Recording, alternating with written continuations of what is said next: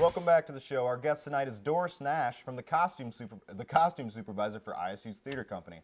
She's also going to talk to us about the upcoming production of The Night Thoreau spent a night in jail. Welcome to the show, Doris.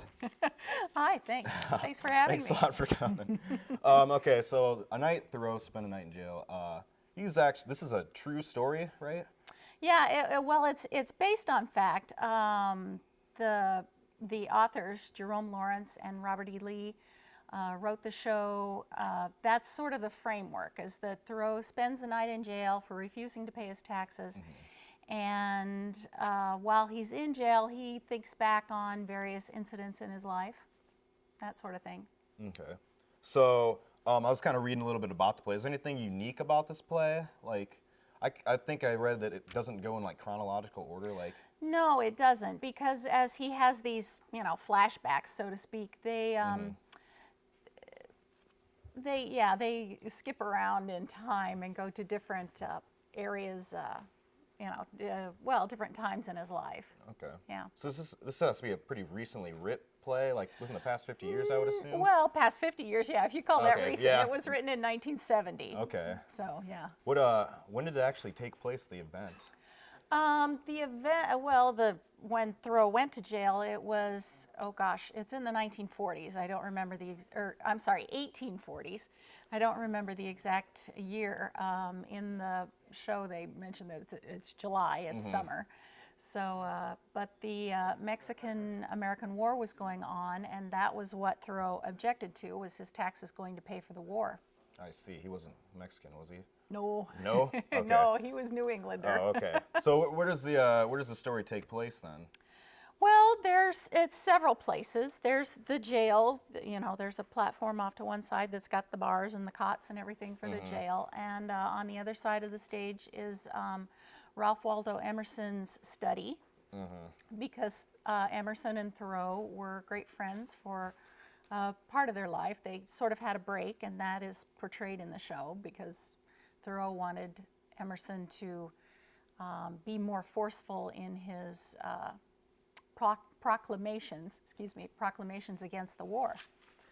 So, and then there is a main area in the center that is everything from the town square to Walden Pond to the meadow, outside Walden Village. I see. Well, so I was kind of reading up on this Thoreau guy, and he seems like quite the character. Do you think he has the same effect like the Muhammad Ali did when he didn't go to Vietnam? Well, possibly. I think that might be what made him attractive again, or had a resurgence in the late 60s and early 70s, with the play being written in 1970, because he, with his ideas of civil disobedience and standing up for what you believe, even if it means you go to jail or there are other consequences to pay, I think that was that was resonating in, our culture at that time.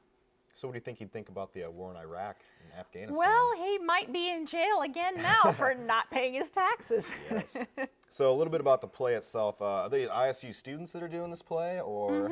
Yeah, it's the cast is all ISU students. Jane Cox, the head of the theater department, is the director. So, and their faculty, Jim Trenberth designed the sets and lights, and he is also on the theater faculty. Our costume designer is a guest, a recent ISU graduate, Veronica Skor. And yeah, there are student crews, the cast and all the crews, stage manager, all the backstage people are also students.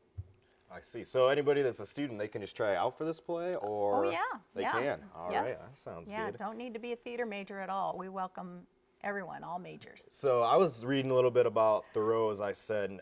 So he was, have you heard of the transcendentalism or whatever? Can you explain that a little bit to me? I was trying to read up on it, but well, they do. They touch on that in the play. The philosophy is, it's a spiritual sort of belief system where you're transcending, modern, or not modern, but ordinary life, and trying to attain, a higher consciousness, I guess.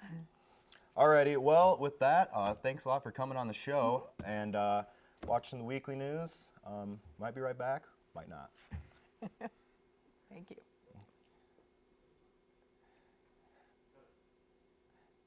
Thanks again. Just continue No to problem. thank you. Hey. Thank you so much. Would you like to finish off?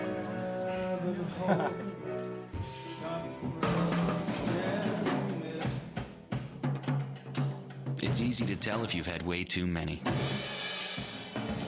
But what if you've had just one too many? Buzz driving is drunk driving.